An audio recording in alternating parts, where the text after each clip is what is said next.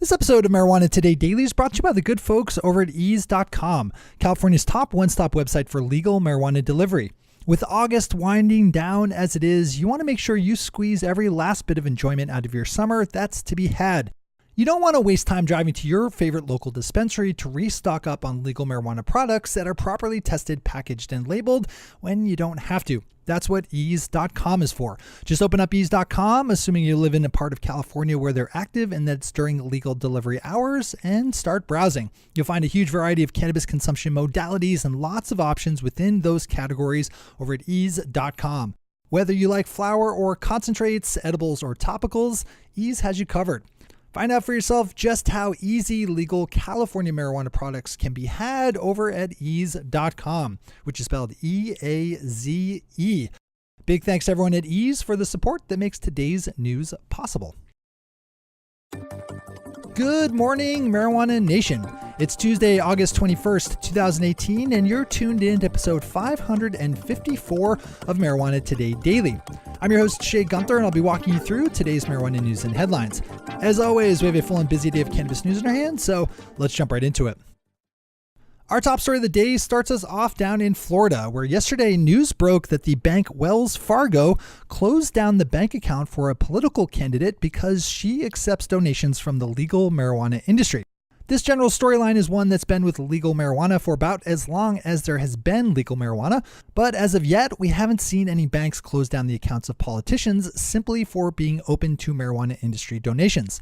The campaign of Nikki Fried, who's running for the Office of Agricultural Commissioner, released the news yesterday, followed by a quick call by Ms. Fried for a state-run bank in Florida to handle cannabis businesses.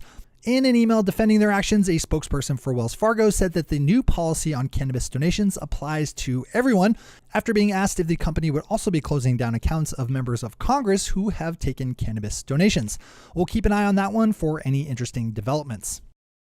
The efforts to push a legal adult use marijuana initiative on the fall ballot in Oklahoma have failed to gather enough signatures of support. We've been following this one for the past couple weeks after news broke that organizers with the group Green the Vote had lied about how many signatures they had gathered, which led to the recent resignation of its president, Isaac Cavanis. Green the Vote turned in the signatures it had collected earlier this month to hit the deadline for submission, but according to the Office of the Oklahoma Secretary of State, they fell short by 20,000 signatures or so. Bummer news all around. Our final top story today is a piece by Deborah Borchardt over at Green Market Report that looks at the numbers for California's first 6 months of legal marijuana sales, which were released last week and that fell well short of earlier projections. The interesting story here, though, is that the California-based company MedMen is claiming that its California dispensaries were responsible for 6% of all reported legal marijuana sales in the state, even though their 8 stores only represent 2% of all retail cannabis capacity. This is a great story to click over for the full read. As always, we have all the news we cover linked to on our website at mjtodaydaily.com and on our Twitter account at mjtodaydaily. Those are the top stories for today. It's time for Marijuana Today Daily Headlines Blitz. Before we blitz it on headlines, let's quickly thank our sponsor, Ease.com, California's top one-stop website for legal marijuana delivery. Ease.com is, of course, where you can turn when you want properly tested, packaged, and labeled California legal marijuana products, but it's also a heck of a good place to learn more about cannabis and the market that's evolving out of its transition to full legality. Ease just put out their new Insights report, which dives into the high costs of illegal cannabis. Ease tapped into their large customer base with some smart surveys and compiled the results into a super handy and valuable guide that should be on your list of things to track down and read today. As dynamic as today's legal marijuana industry is, you can't afford to get left behind when it comes to knowing the lay of the land, market and consumer-wise. Arm yourself with all the things you need to know by opening up ease.com, spelled E-A-Z-E, and then looking for their new Insights reporting focusing on the high costs of illegal marijuana. And then you can place your own order for legal California cannabis that will be brought right to your door in less than an hour. One more time, that's ease.com. All right, time for the blitz.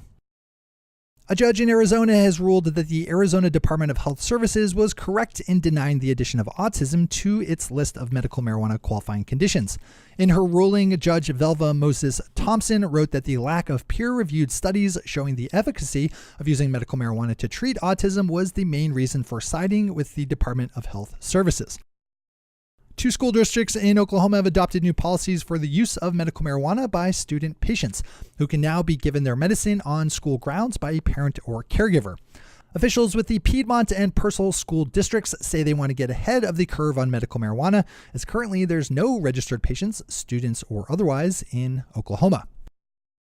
The Washington Post has a good longer form article up looking at the fight to land one of Virginia's few medical marijuana business licenses as the state works to implement a new program centered around low THC, high CBD cannabis oil.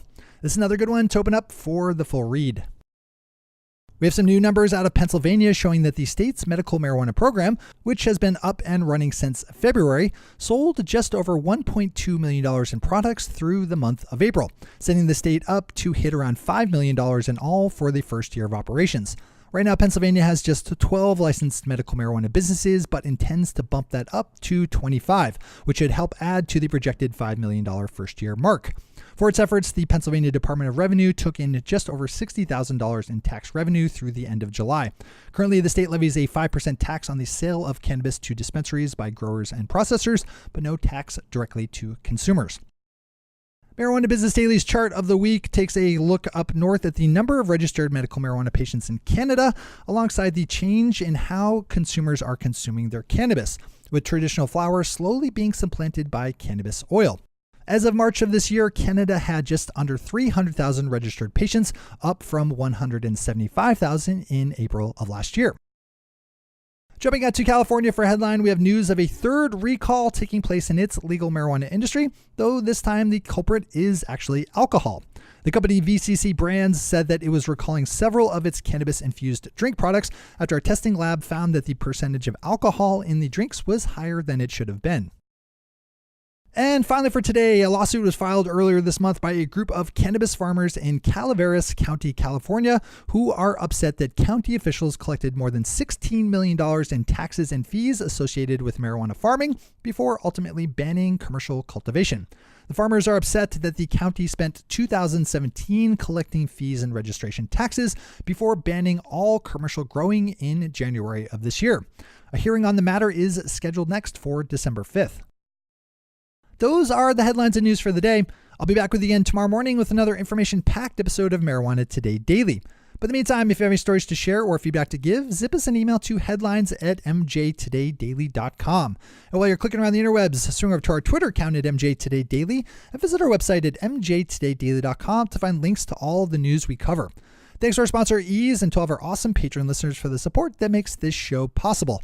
To join the illustrious ranks of the patron listeners yourself, swing on over to our website at mjtodaydaily.com and click on that big blue button at the top of the page that says Become a Patron. I'm your host, Shay Gunther. Thanks for tuning in and starting your day with marijuana today.